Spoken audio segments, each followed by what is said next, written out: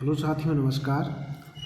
ये LSE 24x7 channel पर आप सभी का स्वागत है। आज हम गणित के प्रैक्टिस सेट 2 की बात करते हैं। इससे पहले हम प्रैक्टिस सेट 1 कर चुके थे, जिसमें हमारे 10 क्वेश्चन कंप्लीट हो चुके थे। आज हम प्रैक्टिस सेट लेकर 2 आए हैं, जिसमें इसमें गणित के 10 प्रश्न हैं।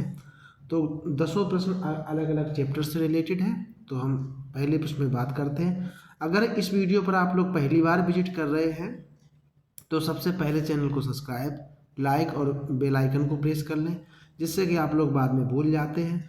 अगर हम लोग थोड़ी बहुत मेहनत करके वीडियो को आप लोग प्रोवाइड करवाते हैं तो आपको इतना तो आप कर ही सकते हैं कि चैनल को सब्सक्राइब कर लें और बेल आइकन को प्रेस कर लें और वीडियो को लाइक कर दें। तो इस जानकारी को थोड़ा बढ़ाने के लिए कृपया इस वीडियो को अंत तक ज़रूर देखिएगा, तभी थोड़ा बहुत समझ में आ पाएगा कि किस प्रकार का प्रैक्टिस सेट है और किस प्रकार के इसमें टाइप के क्वेश्चन प्रेजेंट हैं। तो चलो हम जरा शुरू करते हैं क्वेश्चन नंबर 11 से।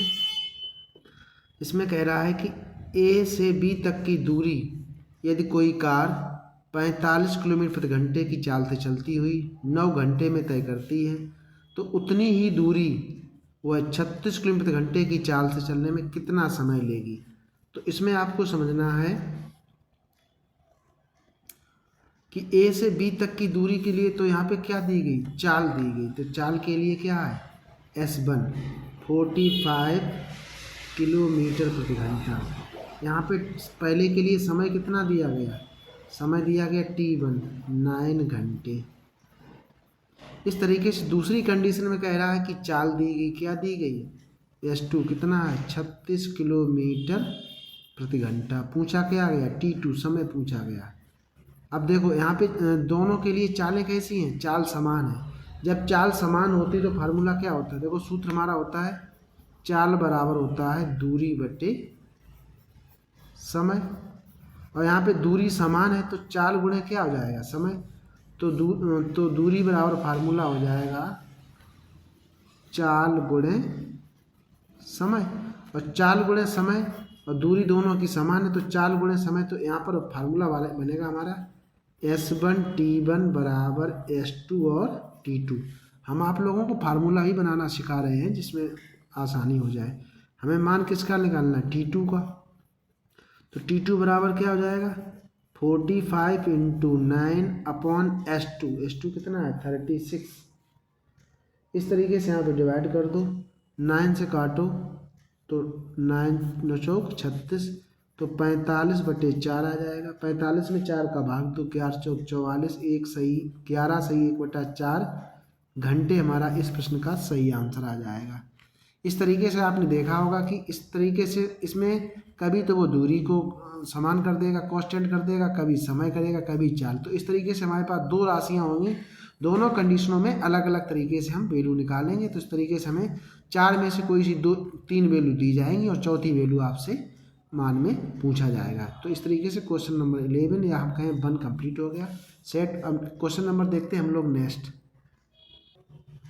प्रश्न नंबर देखिए 3 में कह रहा है कि 0.75 multiply 0.75 plus 0.25 multiply 0.25 plus 2 into 25 0.25 into 0.75।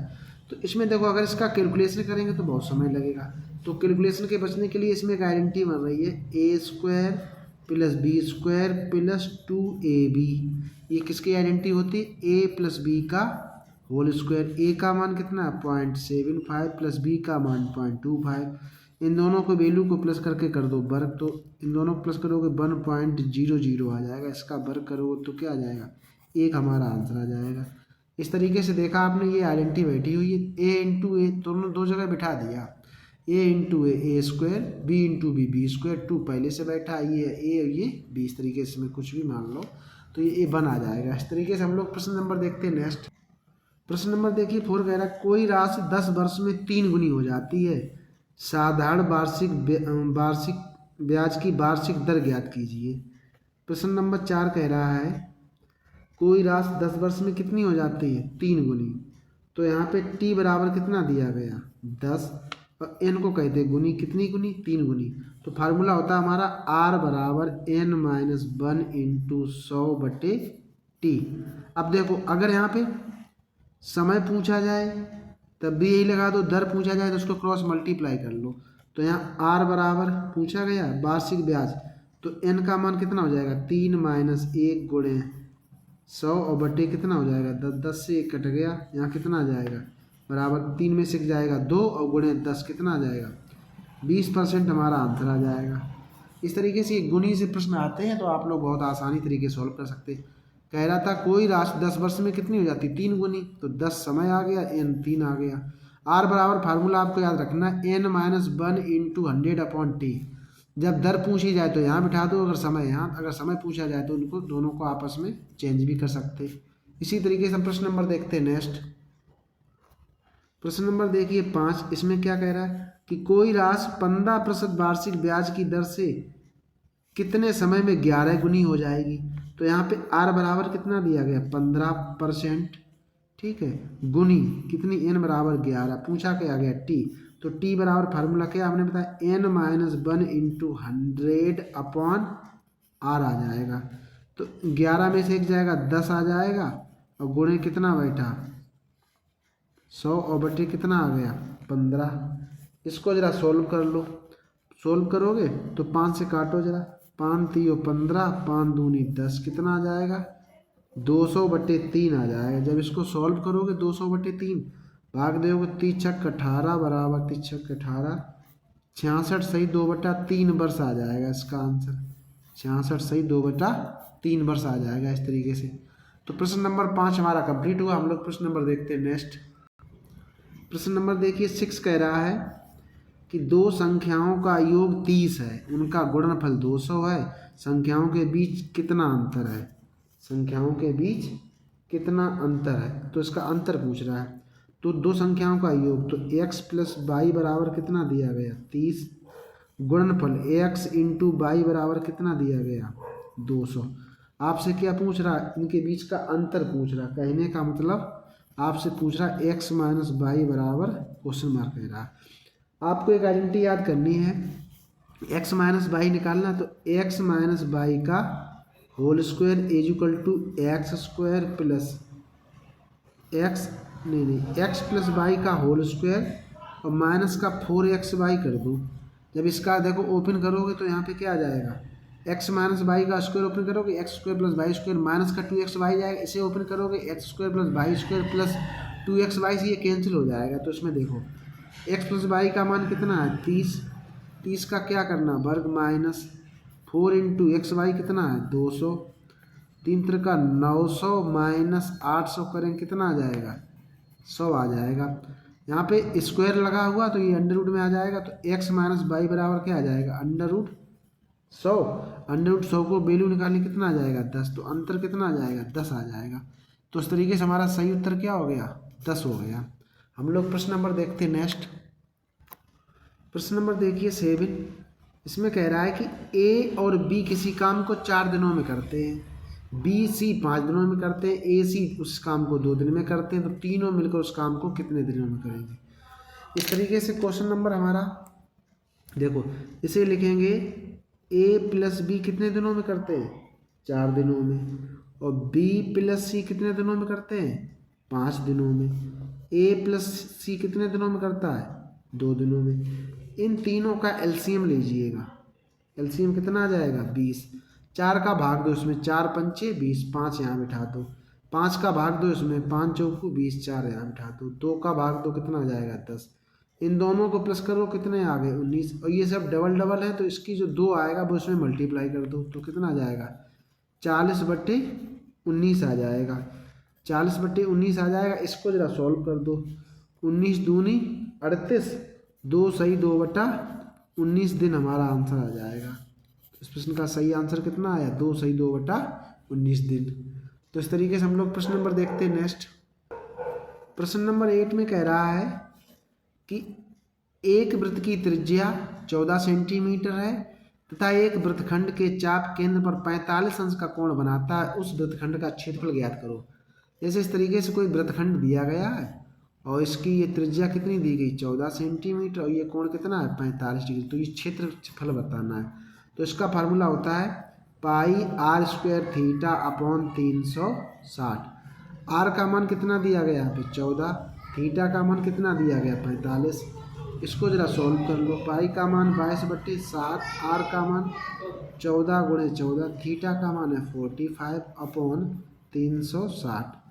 इसको काट दो 9 से, 9 × 45, 9 चौक 36, 40 आ गए। यहाँ पे 5 बिठा दो, 5 से काटो 8, 5 अट्ठे 40। इसको काटो 2 से, 2 चौकू 8, 2 से काटो कितना हो गया 11। फिर इसे काटो 2 से, 2 दूनी 4 और 2 सत्ते 14। 7 से क्या कट गया 7, 2 से काटो कितने आ गए 7, और 11 × 7 बचेगा, कितना बचेगा 7 × 11 बराबर कितना आ जाएगा 77 वर्ग सेंटीमीटर आ जाएगा हमारा आंसर। 77 वर्ग सेंटीमीटर हमारा क्या आ जाएगा आंसर आ जाएगा। इस तरीके से देखा आपने। तो इसमें वृत्तखंड का क्षेत्रफल का फार्मूला क्या होता है, पाई r² θ/360। अगर ये जब L निकालना हो, क्या निकालना हो, ये तो क्षेत्रफल निकालना है। जब आपको L निकालना है तो पाई r θ बटे कर दो 180 फार्मूला होता है। ठीक है, इस तरीके से जब हमें चाप निकालना हो, अगर थीटा और त्रिज्या दी जाए, अगर चाप निकालना तो फार्मूला होता है पाई r θ बटे 180, और क्षेत्रफल निकालना तो पाई r² θ/360 होता है। इस तरीके से हम लोग प्रश्न नंबर देखते हैं। नेक्स्ट प्रश्न नंबर देखिए 9। इसमें कह रहा है कि 7 + 2√10 का वर्गमूल निकालना। क्या निकालना, वर्गमूल। देखो इस तरीके के प्रश्न परीक्षाओं में पूछे जाते हैं, तो इसके एक कॉन्सेप्ट होता है, उसी तरीके से हम आप लोगों को समझाने की कोशिश करेंगे। आपकी समझ में आ जाएगा तो अच्छी बात है। तो देखिए जरा, इसमें कह रहा है प्रश्न नंबर 9 में 7 + 2√10 बैठा है, कितना बैठा 2√10 बैठा है।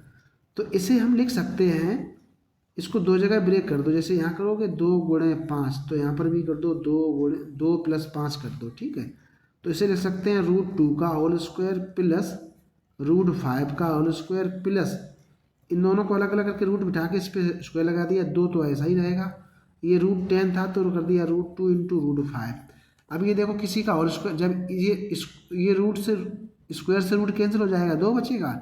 ये स्क्वायर से रूट कैंसिल हो जाएगा, 2 बचेगा। 5 तो कितने हो जाएंगे 7, ये बैठा है। अब ये किसी का होल स्क्वायर है, तो ये किसका होल स्क्वायर है, ये है √2 + √5 का होल स्क्वायर। हमसे क्या पूछ रहा था, वर्गमूल। तो वर्गमूल में क्या होगा कि इस पर एक अंडर रूट ऊपर से और लगेगा, एक अंडर रूट ऐसे, तो उससे ये वाला अंडर रूट कैंसिल हो जाएगा। तो इस प्रश्न का सही आंसर क्या आया, √2 + √5 हमारा सही आंसर आ गया। इस तरीके से देखो, अब इन प्रश्नों को हम लोग डायरेक्ट करेंगे। किस तरीके से करेंगे, जैसे प्रश्न नंबर जब इसको देखेंगे तो इसमें √3 बैठा है, अंडर रूट कितना है, जैसे यहाँ पे 8 बैठा है। 8 को जब 2 जगह वर्ग करेंगे, जैसे 15 करेंगे तो कितना आ जाएगा 3 × 5 आ जाएगा। इसी तरीके से 3 + 5 हो जाएगा ये वाला।